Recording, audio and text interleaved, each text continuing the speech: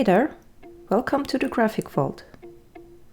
In today's video, I want to show you how you can apply some transparent knockout textures to any design in Affinity Designer. So currently I'm on the iPad, but anything that I will tell you can be applied just the same way in the desktop version of Affinity Designer. So let's assume we have here our t-shirt design, or basically any design that you want to apply some transparent textures to. And just as it looks right now, it's a bit boring, right? So let's spice this design up with some transparent textures. So as you can see here, we have a background, and for merge printing the final result should be a transparent PNG file, right? So as it is right now, this is our PNG file basically, and the background is a t-shirt design, right? So let's add some textures to this design.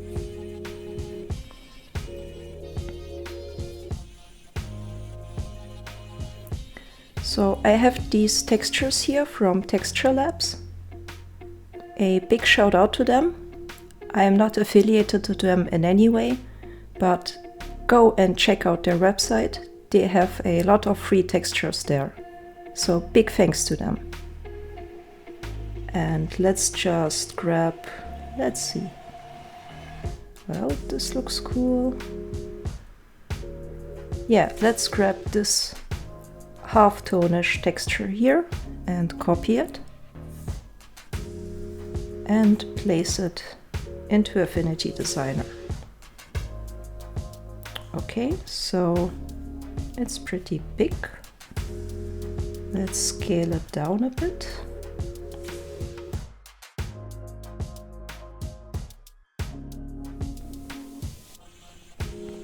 Okay, this looks good. So, how can we apply this texture to our design here, right? Of course, we could play with the blending modes. So, let's put it from normal to this mode here.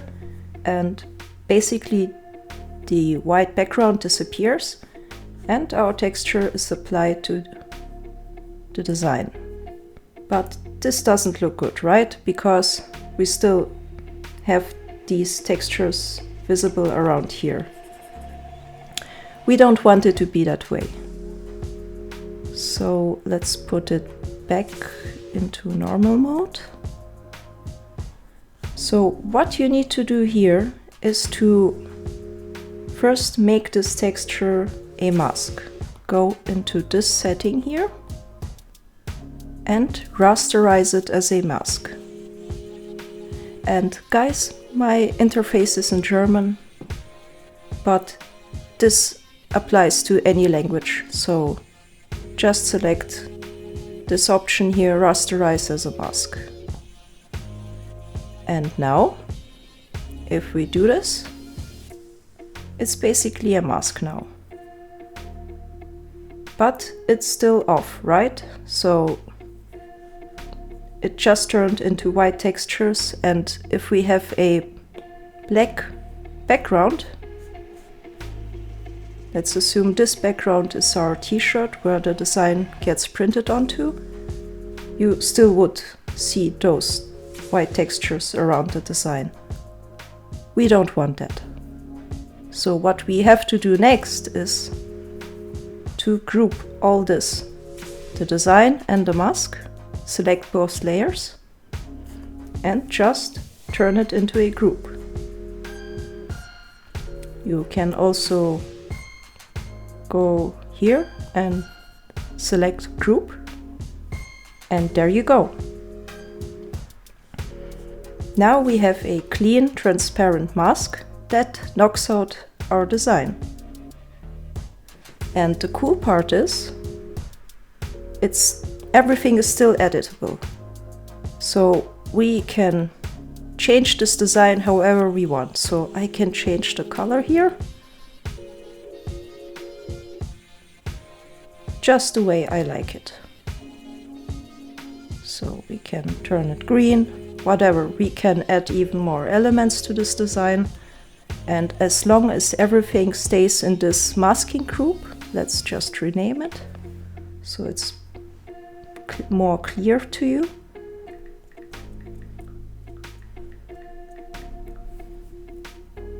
As long as everything is beneath this mask here, you can still edit it. So you can, let's say, apply a stroke. Where is it?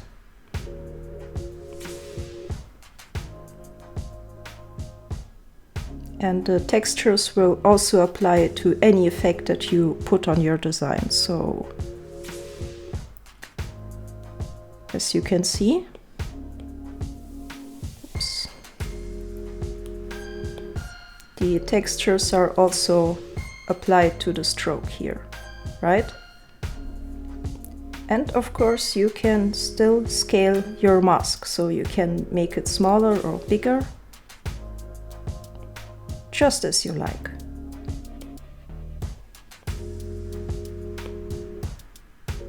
So let's turn this off again. Let's apply our previous color. So the cool part is, if we think that this texture is not enough, we can apply even more textures on top of this mask here. So we can stack our textures. Let me show you real quick. So let's grab another texture. Oh, oops, that's just the same. Probably another one. Yeah, let's take this texture here, okay? Again, we simply copy this and place it into our Affinity Designer. So now we have another texture, right? So let's scale it down a bit. So again, what we need to do here is we need to go into the settings here, okay? And raster it as a mask and simply put it into our masking group. And just like that, we have stacked the textures. So we can remove the previous texture if we want to. And we can go with only this very grungy texture. Or we can leave both textures turned on. So the important part that we have to keep in mind is that your texture that you want to apply as a mask, let's just insert this one again. It always needs to have a white background. It needs to be pure white, and the texture itself always needs to be pure dark. Otherwise, this won't work as intended, okay? Let's remove this again. And basically, this is it. And of course, we can always drop another design into this masking group. So let me just show you quick. Let me go into my assets panel. Where is it? There it is. And let's say I want to drop this design here into our layers, and I also want these textures to be applied onto this design, okay? So simply drop it beneath the masking layers, and there you go. Let's turn this off. It's just the same, right? So probably this design here doesn't look too good with so many grunge textures, but look at this. So now we have spiced up another design with some really cool textures. but let me show you even more. What you can also do is you can even create your own vector textures and also apply them as a mask. So for instance, let's create a vector layer. So I just created a new vector layer. Let's grab our pen here. Let's make it black. And let's say I want to, give this design some sort of these textures here. Let's be honest, they don't really make sense, but whatever, right?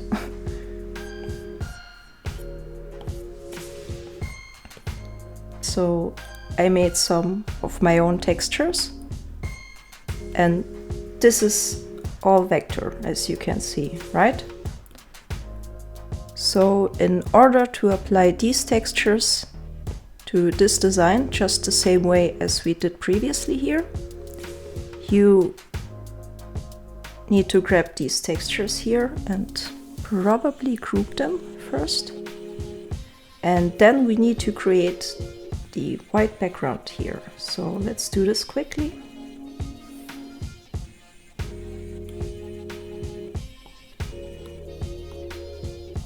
Turn the background to white. Put it beneath the textures. And now comes the destructive process. So if you have vector textures just like this, and you want them to resemble their editability, just make a backup file. Okay, so let's group this. And let's duplicate this. Okay, and let's say this is the backup.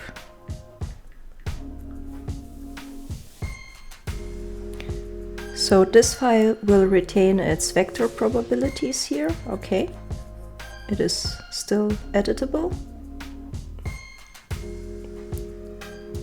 And let's grab this file, and this here we need to rasterize it. So if you have any vector textures, you need to rasterize them, unfortunately.